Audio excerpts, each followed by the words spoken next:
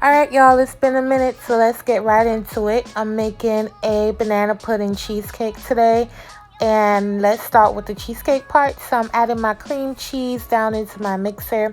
I'm also going to use some cognac down in here, which is optional, but it added a really nice touch to the cheesecake. So next I'm going to add my sugar. This cheesecake is not really sweet. It looks sweet, but it's not really sweet at all. And you guys will see that as we move along. I only added a half a cup of sugar. And yeah, so you want to scrape down the sides of your bowl after you incorporate the cream cheese with the sugar. And make sure everything's nice and mixed in. Next, you're going to add your beaten eggs. Remember, all ingredient measurements will be in my description box. So make sure you guys check that out and for further information that you may need. Next, I'm going to add a couple drops of my vanilla down in here and a drop of my maple extract down in here. Now I'm going to add my cognac. I'm not even going to measure this. I'm going to eyeball it because I'm not adding that much, maybe about a shot and a half or so down in here. So next you're going to add it to, I bought a pre-made shell because I didn't have time, child. So it's Thanksgiving. I'm trying to cut my corners where I can. So I just got the pre-made shell. All right, so now it's the next day and I'm making the pudding that's going to go on top of the cheesecake. The cheesecake been in the refrigerator since yesterday, so it's nice and chilled. And I'm just following the directions on the back of the package of the vanilla pudding. You can use banana flavored pudding as well. That's totally fine.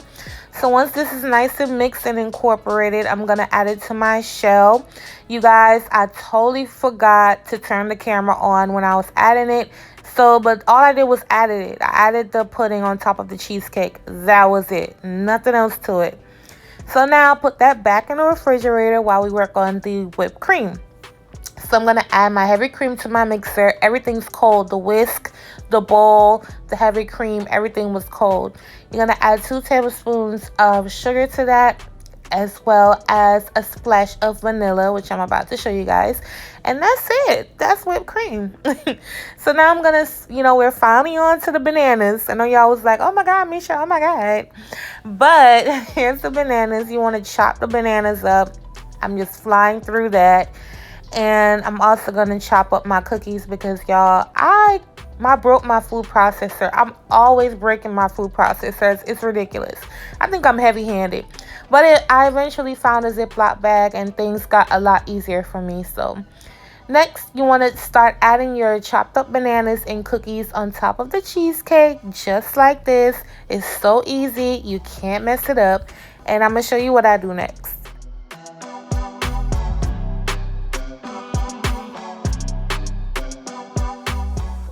Alright, so now you're going to take your whipped cream that was perfectly whipped.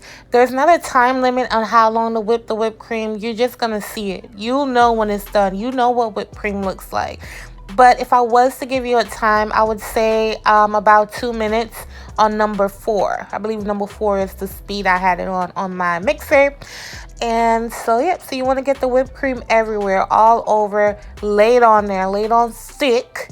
And then I'm going to add some cookie crumbles and I'm going to pop this right back in the refrigerator because now we need to make her pretty.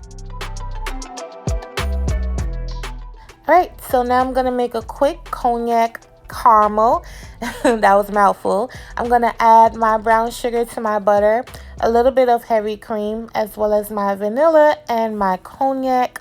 You can use Hennessy or whatever you choose to use. And you just want to put this on the stove and simmer it until it reduces by half and gets nice and thick. And that'll pretty much be it. It took about 4 to 5 minutes. It doesn't take long at all, medium heat.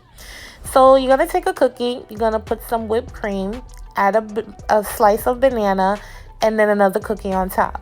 Now, my thing is, this was being very extra. You don't have to do this, but this is how I wanted to decorate my pie, so that's why I did it. So, but decorate yours however you want to. I wanted it to be cute, so I made these little sandwich banana cookies. I can't believe I did this, but it worked. Anyway, you want to strategically just put them around your cheesecake just like this. And now we're going to take this beautiful caramel that we made and just drizzle it all over. You don't have to be extra like me. Just use a spoon. I just wanted ribbons, so I put it in a squirt bottle. And I did let this cool down. It was cooling down the whole time I was making the banana cookie sandwiches.